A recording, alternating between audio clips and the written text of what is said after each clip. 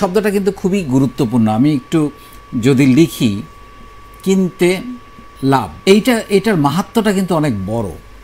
সবসময় কিন্তু সেল করার সময় লাভ করা যায় না। অনেক সময় দেখবেন যে কস্ট প্রাইসে অথবা স্টক আউট করার জন্য ডিসকাউন্ট দিয়ে কম প্রাইসেও বিক্রি করতে হয়, কারণ একে তো আপনার গোডাউন খালি করতে হবে, স্টক আউট করতে হবে, একটা হলো ক্যাশ স্টকের মধ্যে আটকে থাকে, তখনও অনেক সময় কিন্তু আপনাকে ডিসকাউন্ট দিয়ে কম প্রাইসে কেনা মূল্যের চেয়ে কম দামে কিন্তু বিক্রি করতে হয়। সেই জন্য আপনাকে কিনতে লাভ করার চিন্তা করতে হবে। কিনতে লাভ করতে হলে আপনাকে কী করতে হবে? প্রোডাক্ট প্রাইসিংটা প্রপারলি করতে হবে। প্রোডাক্ট প্রাইসিংটা যদি আপনি ঠিকমতো করতে না পারেন, সোর্সিংটা যদি আপনি ঠিকমতো করতে না পারেন, যেটার সঙ্গে প্রোডাক্ট প্রাইসিং, আপনি চিন্তা করলেন যে আপনি একটা জিনিস কিনবেন, যে কোনো একটা জিনিস আপনি কিনবেন, আপনাকে চিন্তা করতে হবে এই প্রোডাক্টগুলোর কোথায় কোথায় পাওয়া যায়। আমি যদি একটু সোর্সিংয়ে আসি, সেটা হচ্ছে ধরেন আপনি কথার কথা ওই প্রোডাক্টটা দেশীয় প্রোডাক্ট, বাংলাদেশে এই প্রোডাক্টটা পাওয়া যায়, বাংলাদেশে উৎপাদিত হয়। এখন আপনাকে খুঁজে বের করতে হবে এই প্রোডাক্টটার কোথায় কোন প্রাইস, সে পাইকারি রেট যেটা আমরা বলি হোলসেল রেট কত, হোলসেল রেট কত, তারপরে সেটার রিটেইল খুচরা রেট কত, ঠিক আছে, সেটার আবার অবস্থান ভেদে, মানে ধরেন যেখানে উৎপাদিত হয় সে প্রোডাকশন যে ইয়েটা জায়গাটা, প্রোডাকশন প্লেসে সেটার প্রাইস কত। তারপরে হচ্ছে এই হোলসেলের আবার অনেক রকমের বাজার থাকে, রিটেলের আবার অনেক রকম বাজার থাকে, সেখানেও অবস্থান ভেদে পার্থক্য হয়। তারপরে হচ্ছে যে এইটার প্রোডাকশন প্লেসে প্রাইসটা কত, এটা আপনাকে কিন্তু ডেফিনেটলি জানতে হবে। এবং আপনার কম্পিটিটরদের প্রাইস কত,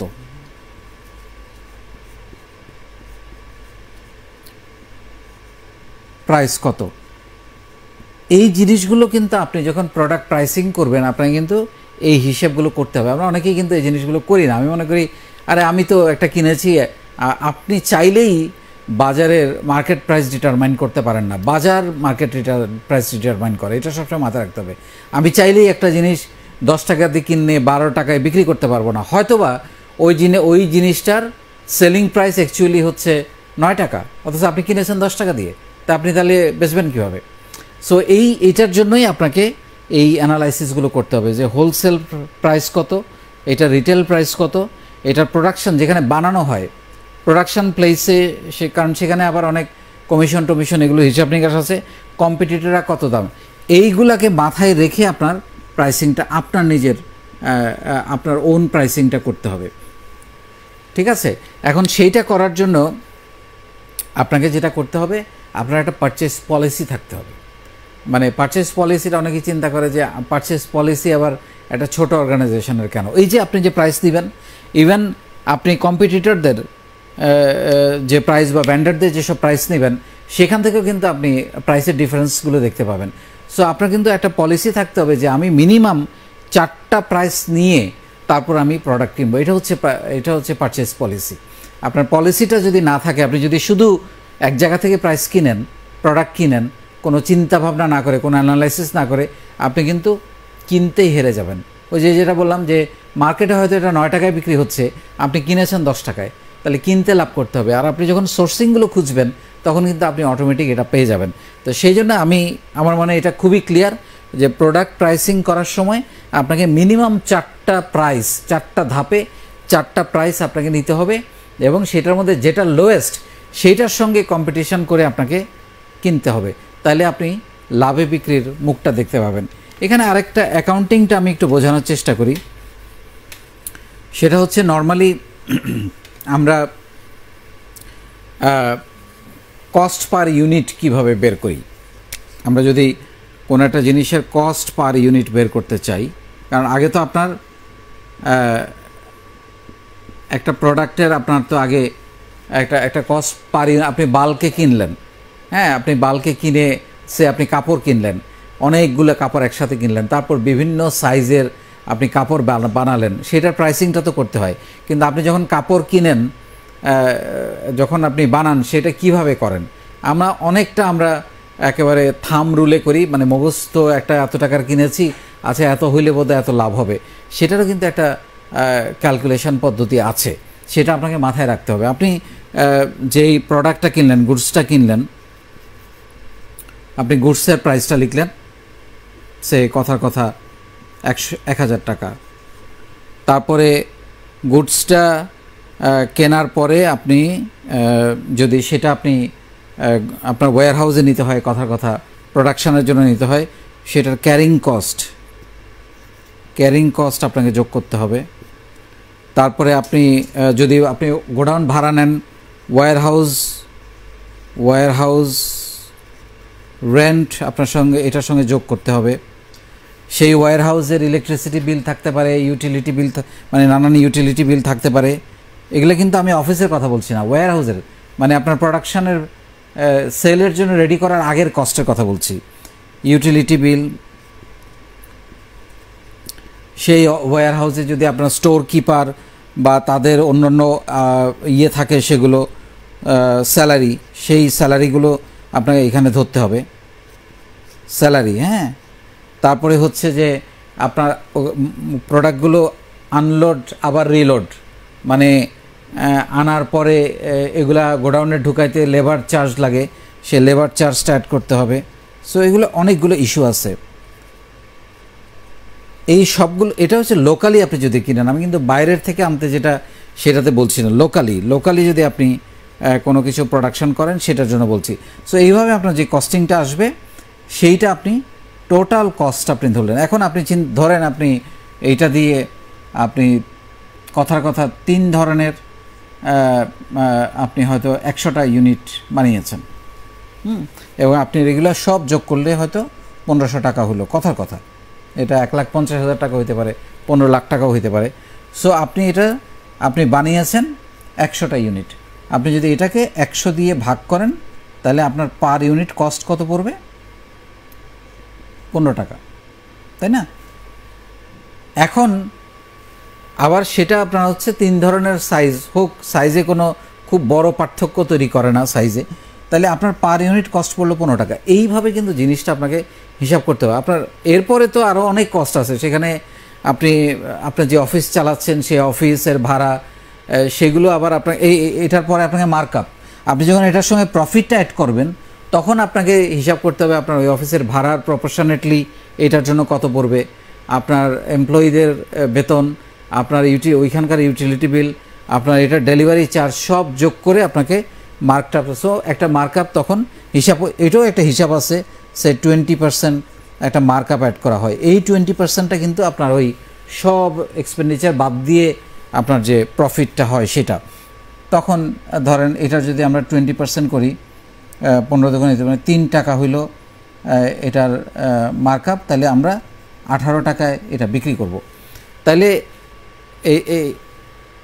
এই 15 টাকা হইল কস্ট অফ প্রোডাকশন, আর 18 টাকা হইল সেল প্রাইস। এটা আমাদের মাথায় রাখতে হবে। আমি একটু অ্যাকাউন্টিংয়ের ভাষায় আপনাদের আরেকটা জিনিস আমি একটু এটাকে আরেকটু সহজ করে দিতে চাচ্ছি। যেমন ধরেন আমরা অনেক সময় যে প্রফিটটা মাস শেষে হিসাব করি, আমি যে বললাম না আপনি 18 টাকায় বিক্রি করবেন, 18 টাকায় যে আপনি বিক্রি করবেন এই হিসাবটা অনেক সময় আমরা করতে পারি না, যে ওইটার কস্ট প্রাইস কত ছিল, যেটাকে বলে কস্ট অফ সেলস।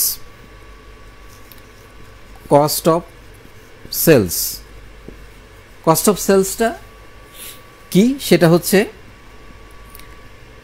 আপনার প্রতিষ্ঠানের, এখন কি মাস, এখন হচ্ছে সেপ্টেম্বর মাস। সেপ্টেম্বরের 1 তারিখে আমরা তো অ্যাকাউন্টিংটা করি নর্মালি একটা পিরিয়ড ধরে, তাই না? সেপ্টেম্বরের 1 তারিখে আপনার ওপেনিং স্টক, কারণ আপনি যখন কোনো একটা জিনিস পারচেস করেন, ওই যে আপনি পারচেস করলেন এতক্ষণ, আর 15 টাকা দিয়ে যে পারচেসটা করলেন, কোনো একটা পারচেস তো আপনার পুরো মাসে সব বিক্রি হয়ে যায় না, একটা স্টক থেকে যায় মাস শেষে। আপনার ধরেন 1 তারিখে আপনার ওপেনিং স্টক ছিল কথার কথা 100 টাকা, আপনি ওই যে পারচেস করলেন during the year, add purchase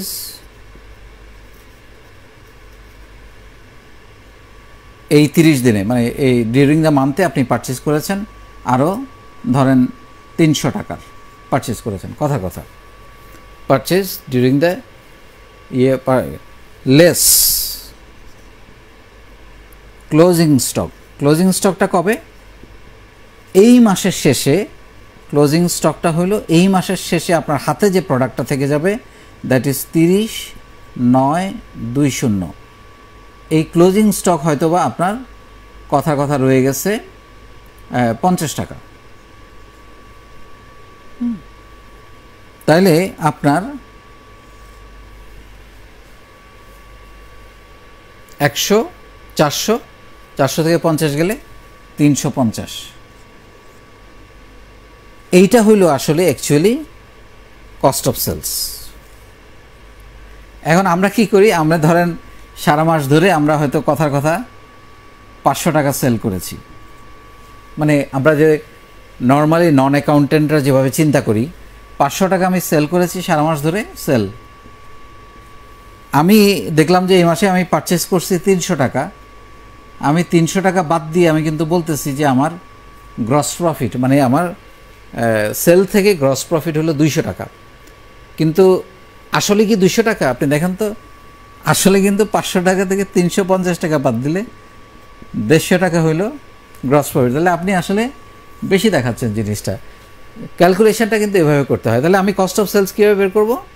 opening stock plus purchase, ওই মাসের পারচেজ পুরো যতবার আমি পারচেজ করি, minus closing stock equal to cost of sales. এইটা আপনাকে কিন্তু হিসাব করতে হবে। এইটা সেলস থেকে এই ফিগারটা বাদ দিলে আপনাকে বুঝতে হবে ওইটা হচ্ছে আমার মানে সেলসের এগেনস্টে আমার গ্রস প্রফিট যেটা বলে আর কি, সেলসের এগেনস্টে আপনার যে প্রফিটটা। সো এইটা যদি আপনি হিসাবটা করতে ভুল করেন, তাহলে কিন্তু এই যে গ্রস মার্জিন যেটাকে, বা আপনি এটাকে সেলস মার্জিন বলতে পারেন, সেলস মার্জিন। হ্যাঁ, মানে আপনি ওই মাসে যে পরিমাণ প্রোডাক্ট আসলে ওই মাসে আপনার কিন্তু সেল হয়েছে, যেমন কথা মানে আপনি সেল হয়েছে 300 টাকা দেখাচ্ছেন আপনি, মানে আপনি পারচেস করেছেন 300 টাকা, আপনি ভাবতেছেন আমার সেল 50, আমি পারচেস করছি 300, বাদ দিয়ে দিলাম 200। বিষয়টা কিন্তু রং।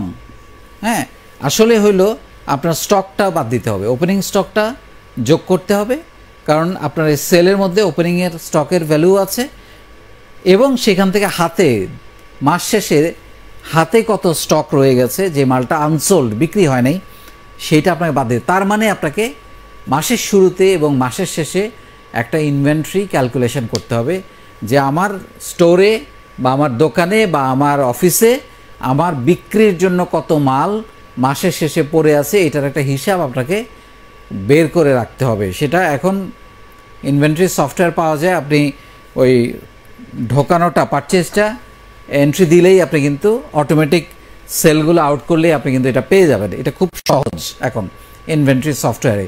কিন্তু আপনি যদি ইনভেন্টরি সফটওয়্যারে বের করার পরেও আপনি যখন সেলটা কস্ট অফ সেলসটা বের করবেন, তখন কিন্তু এইভাবেই আপনাকে করতে হবে জিনিসটা, নাহলে আপনি সঠিক ফিগারটা পাবেন না।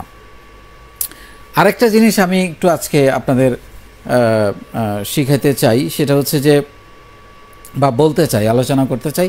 সো কস্ট অফ সেলস আমরা শিখে গেছি, পার ইউনিট কস্ট কীভাবে বের করতে হয় এটাও আমরা শিখে গেছি, প্রোডাক্ট প্রাইসিংয়ের যে ইস্যুগুলো।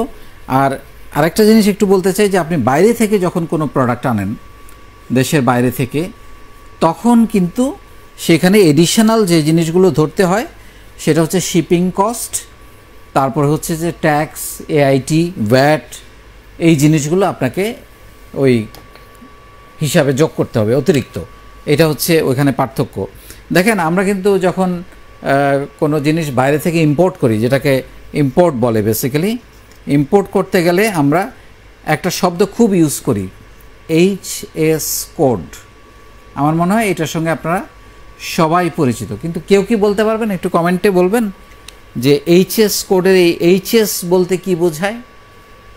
আমরা খুব ব্যবহার করি HS কোড, কিন্তু কখনো কি একটু বের করার চেষ্টা করেছি যে HS মানেটা কি? করি নাই না।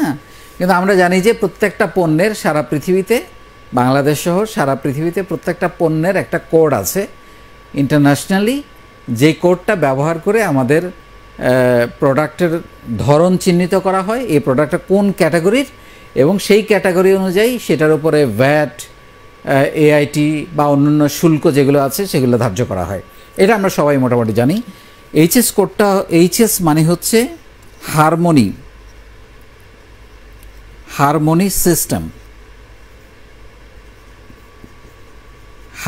সিস্টেম। এইচএস শব্দটা হতো, অর্থাৎ সারা পৃথিবীতে এই যে যেরকম দেখবেন আপনারা ডোমেইন নেম দেখেন না, আমাদের ডোমেইন নেমটা আমাদের ইউনিক হয় না, যে ওই ডোমেইনটা আর কেউ ইউজ করতে পারে না।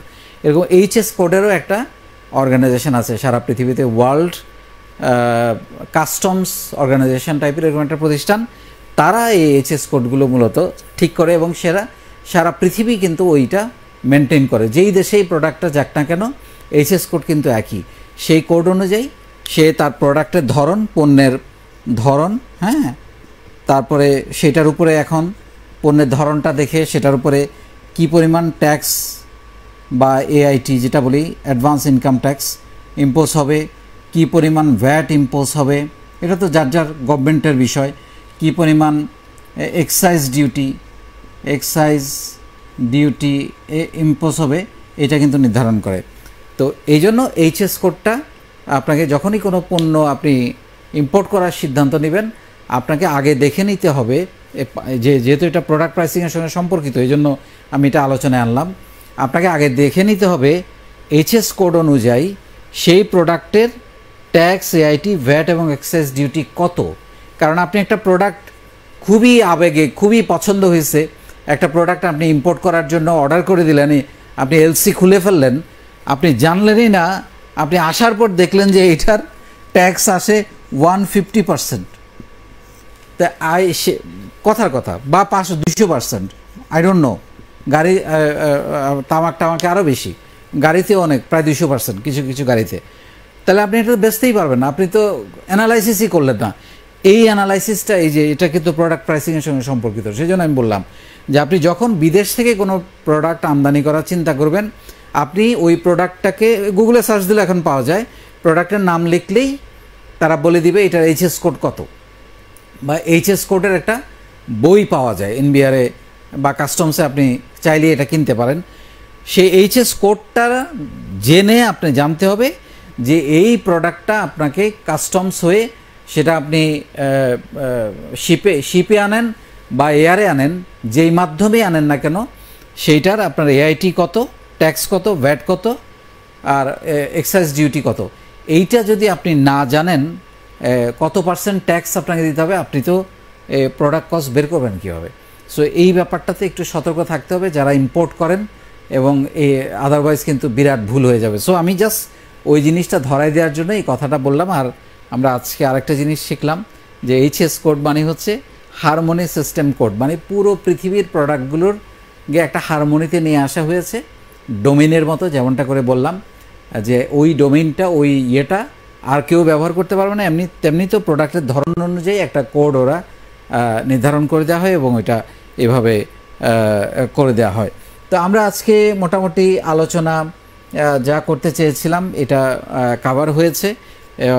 আগামী ক্লাসে আমরা আরেকটু ইনডেপথে যাব, report profit and loss account দেখতে কেমন হয়, সেখানে একজন উদ্যোক্তা হিসেবে কোন কোন জিনিসগুলো মাথায় রাখা উচিত, কোন কোন জিনিসগুলোতে তার চিন্তা করা উচিত, বা সেইখান থেকে ইটস নট অনলি একটা স্টেটমেন্ট, সেইখান ফিগার দেখে আপনি কিভাবে সিদ্ধান্ত নেবেন, সেই জিনিসগুলো আমরা আপনাদেরকে বলার বা জানানোর বা শেখানোর চেষ্টা করব। সেই পর্যন্ত আজকে এখানেই বিদায় নিতে যাচ্ছি, কারণ আসলে আজকে ক্লাসটা ছিল শনিবারে, যদিও আজকে নিলাম, অন্য একটা ঝামেলার কারণে নিতে পারিনি, বাট আজকেও একটু দেরি হয়ে গেল, একটু শরীরটা ভালো যাচ্ছিল না, যার কারণে একটু দেরি হয়ে গেল। এবং আপনারা বুঝতেই পারছেন আমি সেই পরিমাণ টেম্পো বা সেই পরিমাণ এনার্জি নিয়ে ক্লাসটা নিতে পারিনি, বাট কমিটমেন্ট, এগেইন আমি ওই কথাটাতে আসছি, ইফ ইউ কমিট সামওয়ান যে you will do it, you must do it.